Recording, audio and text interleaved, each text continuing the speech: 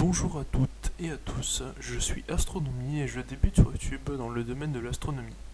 Sur cette chaîne, je ferai pas mal de points infos et de vulgarisation sur des thèmes qui me tiennent à cœur, comme l'énergie, l'eau et bien sûr l'astronomie. Il est possible que, à l'avenir, je fasse des thèmes plus diversifiés. Je vais vous parler rapidement du fonctionnement de mes vidéos, pour ne pas m'éterniser. Je compte réaliser plusieurs catégories de vidéos, certaines plus humoristiques et d'autres plus sérieuses. Pour cette première vidéo informative sur les robots sur Mars, j'illustrerai mes propos à l'aide d'images. Assez parlé, commençons tout de suite cette première vidéo. Générique.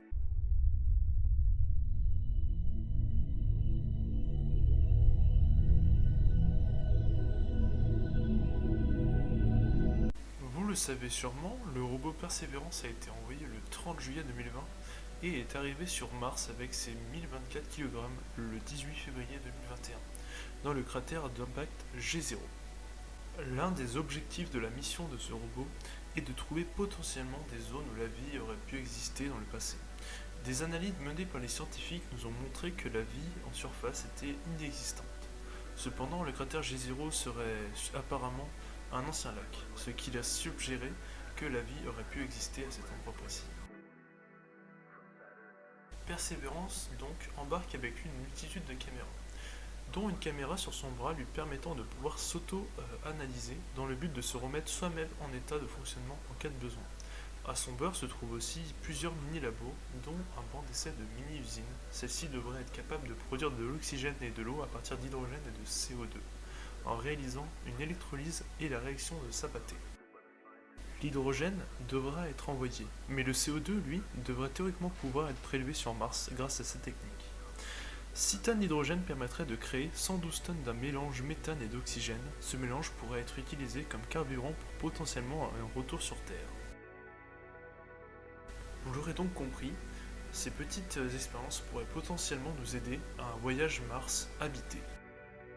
Concernant le cratère G0, il n'a clairement pas été choisi au hasard. Et oui, tout point à la surface de Mars ne peut être choisi comme bon nous semble. Sur la surface de Mars, il existe de gigantesques montagnes, qui ont la particularité de s'étendre sur des centaines de kilomètres. Petit aparté, le mont Olympus est le plus grand montagne du système solaire avec ses 22,5 km de haut. Il est tellement grand que son sommet est en partie au-dessus de son atmosphère. Pour revenir à notre sujet, si on lâchait un robot sur une des montagnes de Mars, il acquérirait une trop grande vitesse de chute. C'est pourquoi ce lieu s'avère inapproprié. Sans même parler du fait qu'il a un plus grand risque de se retourner et donc d'échouer à la mission. Les points de largage sont aussi bien évidemment choisis par rapport à l'objectif de la mission. Je vous rappelle que le but de Persévérance est de trouver des traces de vie antérieures ainsi que d'analyser la géographie des profondeurs martiennes pour trouver des formes de vie ayant existé il y a au moins 1 milliard d'années, là où la planète abritait de gigantesques océans. Ces recherches pourraient nous apporter quelques réponses quant à l'apparition de la vie sur notre belle planète Terre.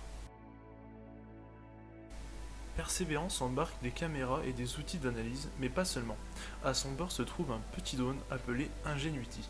C'est la première fois qu'un drone s'apprête à voler dans l'atmosphère martienne. À l'heure où je tourne la vidéo, le premier décollage d'Ingenuity est prévu à la date du 14 avril 2021.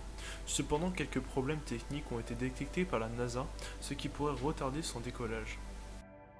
Pour faire un petit point sur ce dernier, il est plus difficile de faire voler un petit drone dans l'atmosphère de Mars que dans l'atmosphère terrienne. Supposons que nous mettions de côté les complexités techniques que d'envoyer les 1,8 kg que sont Ingenuity à plus de 62 millions de kilomètres de la Terre. La pression atmosphérique là-bas est de seulement 1155 pascal, tout au plus, ce qui fait 0,015 bar, contrairement à la Terre qui, je rappelle, a une pression atmosphérique de 1,013 bar.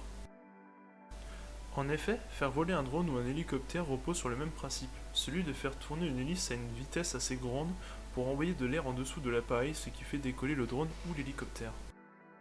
Pour schématiser un peu tout ça, imaginez une hélice de bateau placée verticalement.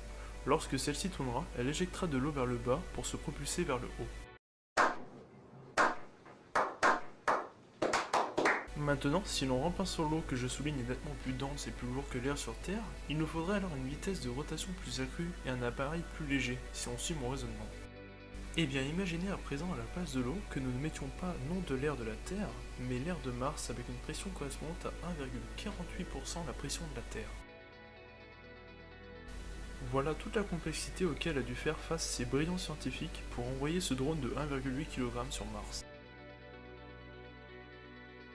Petit bonus, pour finaliser cette vidéo, je vais vous parler brièvement des autres robots présents sur Mars et de leur localisation.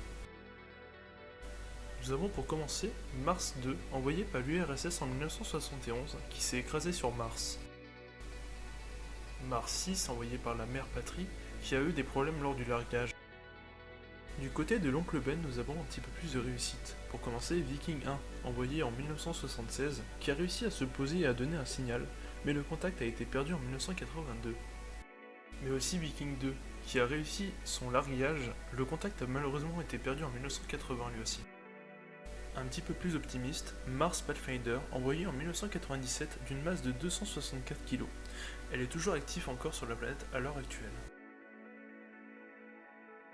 Mais aussi Sojourner, arrivé en 1997, qui est le premier engin motorisé largué sur Mars. Nous noterons aussi Beagle 2, envoyé en 2003, qui n'arrivera malheureusement pas à communiquer avec la Terre, ce qui est doublement dommage car de 1, c'est une première sonde européenne sur Mars, et de 2, elle avait réussi son largage. Je ne pouvais bien sûr pas faire cette vidéo sur Mars sans parler brièvement de Curiosity, qui était la sonde robotisée la plus connue avant Perseverance, et qui est encore en activité. Elle a été envoyée en 2012, et elle nous en a appris énormément sur la planète rouge. Schiaparelli, qui est un autre échec venant d'une coopérative entre la Russie et l'Europe, peut-être qu'avec un nom plus simple, elle aurait pu arriver sans problème. Sur cette touche d'humour, je vais clôturer cette liste. J'espère que cette vidéo vous aura plu et je vous invite à me rectifier en commentaire si j'ai commis quelques erreurs de données ou même complètement dit n'importe quoi. Après tout, je ne suis qu'un amateur. Je vous souhaite une bonne journée et espère que vous avez passé un beau moment sur Mars avec mon très cher robot. Sur ce, merci de votre attention et à plus parmi les étoiles.